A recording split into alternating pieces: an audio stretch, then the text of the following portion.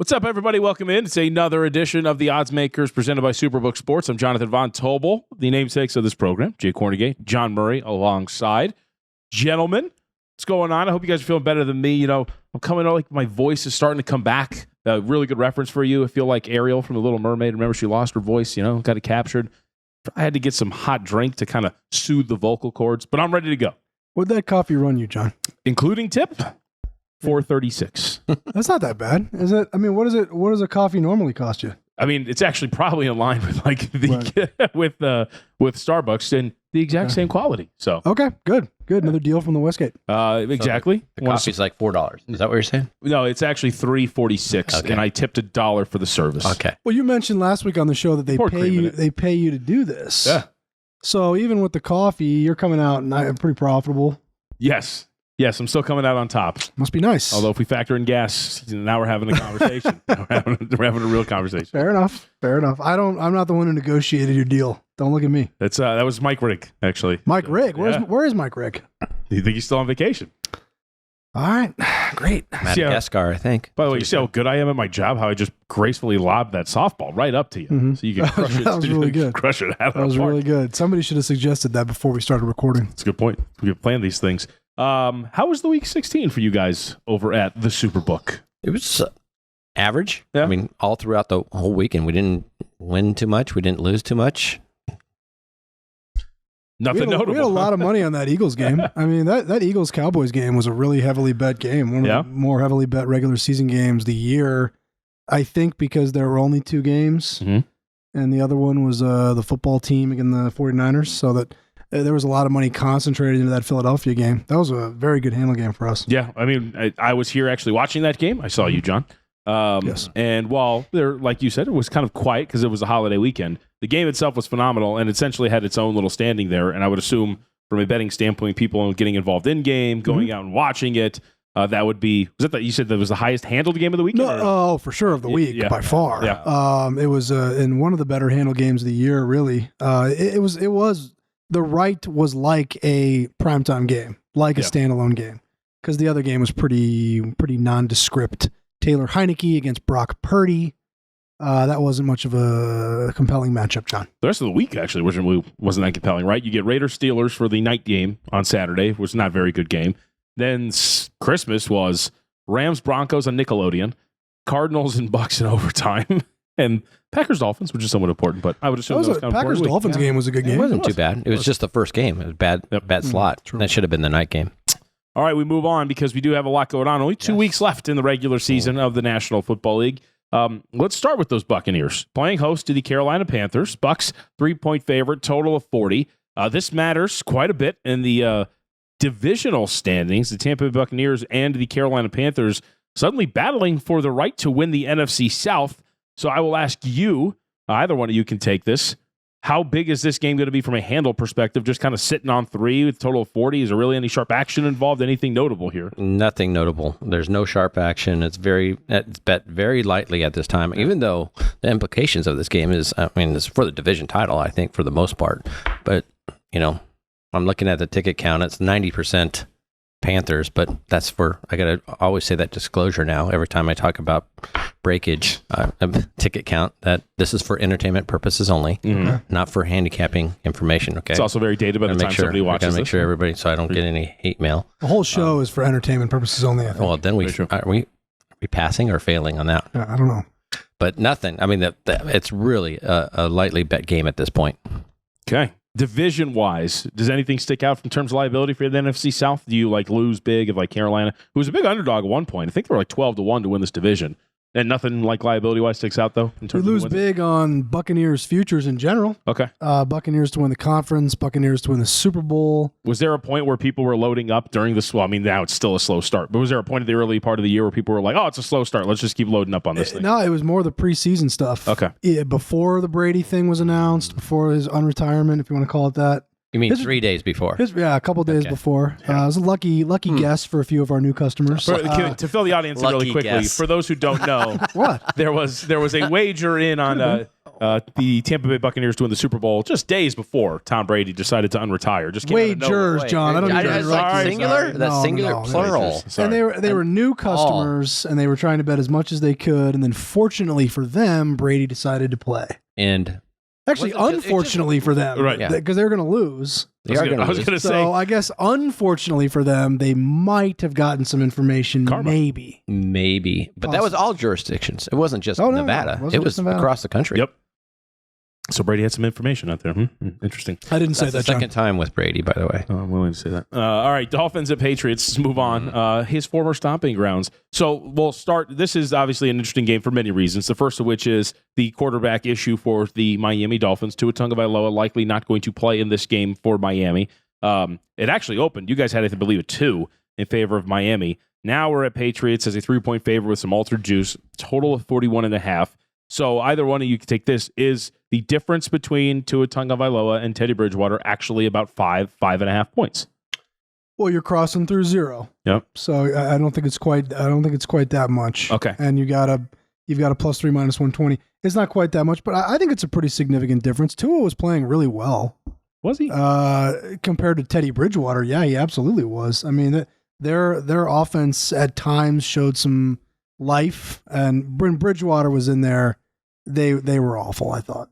Well, yeah, I've seen Teddy play great at times. And you're like, wow, he could be a starting quarterback. And then other times you're like, man, maybe not so much. In his short stint with the Dolphins, it's been on the latter side. It just hasn't been great. So I think there was a lot better deep ball than Teddy at this point in his career. So I can see where we're talking about 5.5 point difference. It might be a little less than that, but I think that's a correct adjustment from what we've seen from Teddy so far in Miami.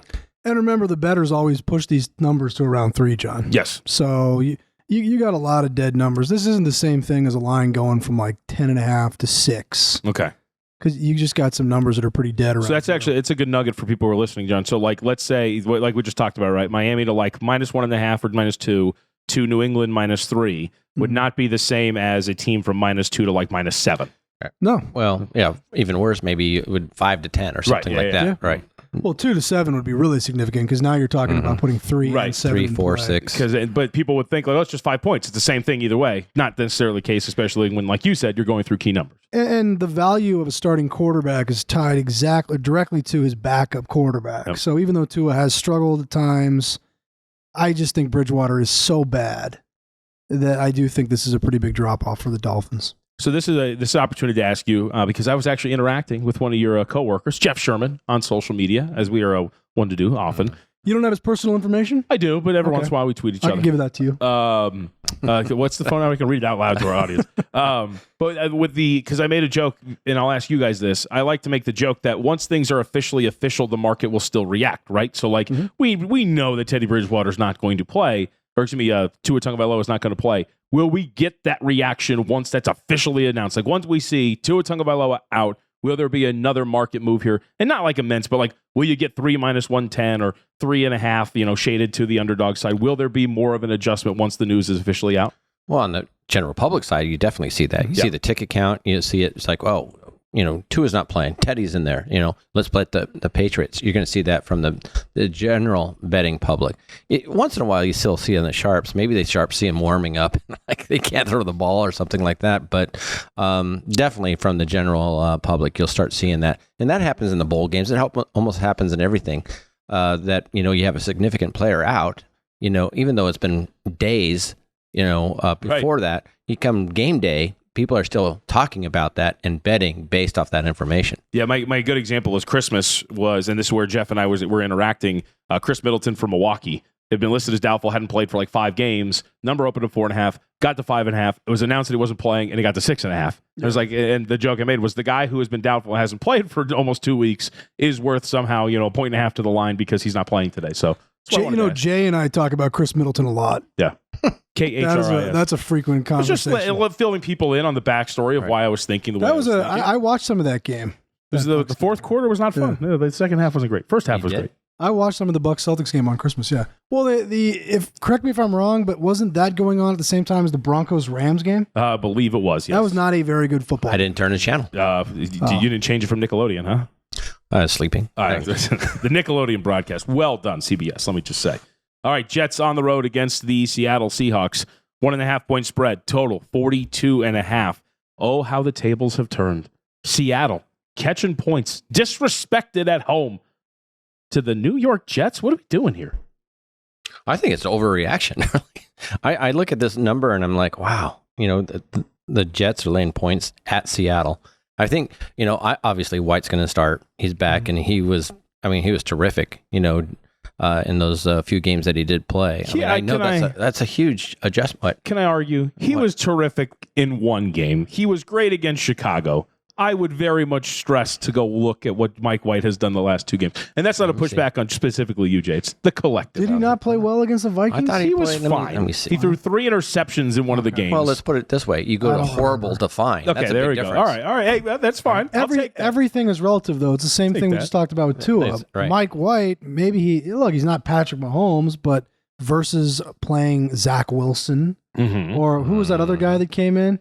That other guy came in, he ran for like 9 yards. Oh, Chris Strebler. All the Jets fans. The Wildcat QB. Jets fans acted like Fran Tarkenton had just come in. By the way, I take that. He threw 2 interceptions against Minnesota. I thought he played well in that game. Yeah.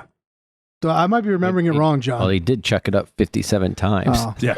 I mean, they've been dropping it back a whole bunch. Like I said, I think you guys are fine. Like he's been much better, obviously, than Zach Wilson. I've just kind of to the point where we're getting at with this number. I think the market's like, Mike White, Jets, now they're going to be great. And I'm like, I know what you're getting at, John. I know, not great, but better. We saw better. We saw some sharp money on Seattle. There we go. See, that's what John wanted me to say. There you go, John. You got it. Sharp guy bet Seattle plus 2. That's what I'm going for. There you go. I just feel like this is kind of like, let's pump the brakes here. The Jets team is pretty flawed, right? Like the quarterback they're pretty flawed. They got completely outcoached by Jacksonville on Thursday night. Yeah, they did. They got totally outcoached by Doug Peterson in Jacksonville on Thursday night. Okay. All right. They said there was a list on TikTok. Yes. You're scrolling. The 5. I thought they banned TikTok in the United States. The 5 quarterbacks that are worse than Russell Wilson. And it said Zach Wilson, end of list. That was it. Wow. Well, that's not 5 other quarterbacks. That's pretty nice to Taylor Heineke. Oh, yeah. I can't count. Don't get me started on Taylor Heineke, too. Vikings at Packers. I was going to say Packers. Vikings at Packers. Now, all of a sudden, let me ask you guys, has there been any kind of little bump here in terms of support for Green Bay in the grand scheme of things in the futures book? I've seen a lot of people throwing out, I may have bet them at 85 to 1 to win the Super Bowl myself. Is there anybody throwing out that, hey, this Green Bay team, offense is different with Christian Watson, he's getting more comfortable, Aaron Rodgers, they can make their way into the playoffs and be a threat? I haven't heard too much chatter about that. I think that people are believing that they're going to make the playoffs, right? They have to win their last 2. Washington has to, football team has to lose 1 of their last 2. And so they think that they're going to get in. But beyond that, there hasn't really been a lot of discussion. I mean, I probably have to take a look at their last few games of who they played and who they beat, to give them credit and maybe even consider them a threat. But at most, 2 and out. I mean, that's still pretty good for where this team was, right? If they go 2 and out, right? If they win the 2 games. Look at the NFC. Could they beat Minnesota? Well, of course they could. Could they? I mean, the 49ers are considered the other really big powerhouse in the NFC, but they are playing a 3rd-string quarterback. Yep. I don't think Green Bay is going to go deep in the playoffs, but getting into the playoffs as the 7 seed in the NFC is not the same as getting in as the 7 seed in the AFC. Right, and that's kind of... You've got a chance to make a run in the NFC. You can't do anything. The quarterbacks in the AFC are too good. Mm-hmm. You're not going to go through a path where you beat Burrow and Allen and Mahomes. But could you beat Cousins and then Brock Purdy? It's possible. I think it's a little bit more than Brock Purdy. No, the 49ers are an awesome team. They're an awesome team. But think about the quarterback advantage you'd have with Rodgers. Correct. And to John's point, too, a lot of these teams are flawed. Vikings have one of the worst defenses that are going to be in the postseason. Eagles can, I shouldn't say can't stop the run, but that is their weakness, and the Packers can run it. So I'm just saying, there is a path quietly developing for Aaron Rodgers. I think you're trying to make yourself feel better about your future bet there. Maybe. I said it, John. I think you're just trying to justify your bet. Windows are open. So I bet 3 in a row at Chicago. The last 3-game run here is at Chicago, the Rams. Mm-hmm. All right. And I don't even think, was Mayfield there? in That was LA? that Monday night game. It was the Monday night game. game. Okay. Yep. And then at Miami. Yeah. That was a solid That's a good comeback. win That at was a Miami. solid Good. comeback. And they yeah. don't forget the Dallas win. Don't forget the Dallas win. And we saw some Yeah, sharp that was, money on Green Bay -3, 6 games ago. -120. Okay. They bet Green Bay -3, -20, John. Let's see. All right, there we go. This is the kind of thing I like to see. By the way, if you want to get in SuperBook, if you want to join me, 60-1 to win the Super Bowl, Green Bay Packers. It's a little high. I might actually text the guys in the back to lower that before the show's done Right, because I don't before want the you to be pounds. able. You're not allowed to bet on the air, so I figure I tell them, "Hey boys, lower that to 40 before you can make another bet on it." All right, next up we have Bills at Bengals. Bills 1-point favorite, total of 49.5. So John, standalone game Monday night. Mm-hmm. Will the Bengals go off as favorites as they deserve to be here against the Buffalo Bills? Yeah, I'd be a little surprised by that, John, because I think Buffalo's played to the highest power rating in the league all year. You know, remember we got criticized when they were favored at Kansas City, a game that they won on the road in Arrowhead. So it doesn't surprise me that Buffalo's favorite. I think their best game is better than anybody else's best game. Yeah, I like it. Well, when's the last time they had a good game? I'm serious. Their They're best talking game, about like it's 3 or been a 4 while. weeks, maybe It's been a while. longer. The Bills, Since to be fair to Jay's point, they have failed to cover 6 out of the last 9 games. There it so is. they've been rated very highly. One would argue, or one could argue, maybe a little too high. Well, if they're not covering the spread, their power rating is too high. Yep. See? All right. We all come back to the point here. We're all friends. No, I don't know. No. Well, you're not. You feel like you're not friends with one of the other employees of SuperBook. No, that's what Ed you were Salmons, saying. yes. Well, I know. Well, no comment. But I was talking about somebody else. I was talking about another employee. See, it's a good joke. I'm pretty funny too. I can make some jokes. That was funny. Good crack. All right, big tickets. Anything worth noting here early in the week, be it NFL or we'll get to college soon, but anything come in this week so far? Not on the college side, really. Okay. I mean, we're getting really heavy action on both of the playoff games. But on the pro side, some, pretty decent 5-figure games. Saints +7, Broncos +13.5, Seahawks +2.5, Raiders +6. Is that Yikes. before or after the Derek Carr news? That was... Yeah, okay. If you can't figure that out, right? If you can't figure that out, Raiders +6, yeah. What were the ticket splits before and after the news? For those who don't know, For entertainment Curious. purposes only. Yeah. I mean, Curious. for those who don't know, well, you know by now, but Jarrett Stidham is starting that game for the Las Vegas Raiders. They've decided to bench Derek Carr.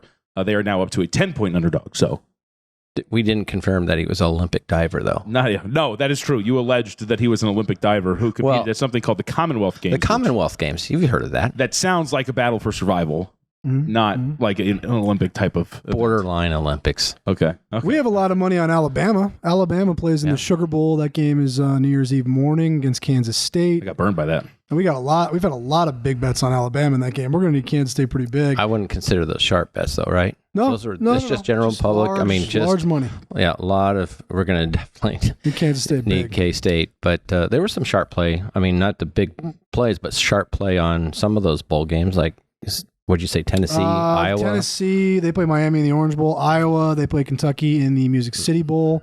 I don't know the ticket splits because unlike most people, I don't think that's some valuable information. Oh, that's not what you said. But I do know I have seen some sharp plays on those bowl games there. Okay.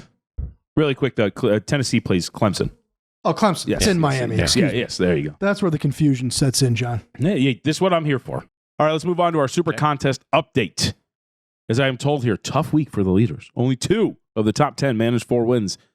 SA24 LLC, come up with a better name, now leads Heineken 21 by a full point with a total of 55.5 out of a possible 80 points, 69% over the course of 16 weeks of NFL action. It's dropping. They were just above 71%. Now the leaders are at 69%. Been a few, not a couple, a few tough weeks for these leaders as they, finish it out. 2 weeks to go. Still got to give them credit, 69%, but it is dropping. John, you still in the money? You good in your contest? Yeah. Yeah, except I'm just annoyed that I didn't cover the Eagles. Yeah. We were complaining about that. Both of us had that pick. And then one of your coworkers who's in the Super Contest told me he was in the money in this contest. And he had the Eagles too.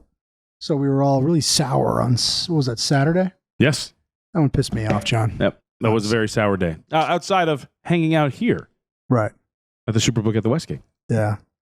Submitting your selections in person? Yeah. I did. Did you? As you can see right there, Right. I had Philly as well. Minnesota lost, but I too, like John, am jaded. And, last 3 weeks at 15-1 probably could have gotten me something. Or what would that have been? 14-1 could have gotten me something, but 14-2, not so much. Just trying to play out the string here, but 4-1 is a lot better than 3-2. So it hurts. But they're all really worth the same, right? Sure. Okay. Jay, how'd you do? Terrible. Thanks for bringing it up. You never ask me until I go 1-4, and then you bring it up. I ask you every single week, actually. It's part of the Really? rundown. Yeah. Oh, I don't remember that. Okay. Yes, 1-4. I was just looking at my picks. I'm like, oh man, that was horrible. That was terrible. You picked Tampa? No, I'm kidding. What were you thinking? Minnesota, right? Okay. I just really not a believer in either one of those teams. Mm-hmm. But Tampa Bay, Pittsburgh, Football Club. Mm-hmm. Keep going. Not good. I had the football team. I also had football team +7 against the 49ers. I lost that one. What are you going to do? You can't win them all. Can't win them all, Jay. Right? No. And Still above 500. Yeah, it's good. Yep, good for you. Thank you. No harassing in the grocery store. Nope. 42-37. You better watch yourself with that record. Yes, I know. Jay, appreciate it. My son reminds me every day.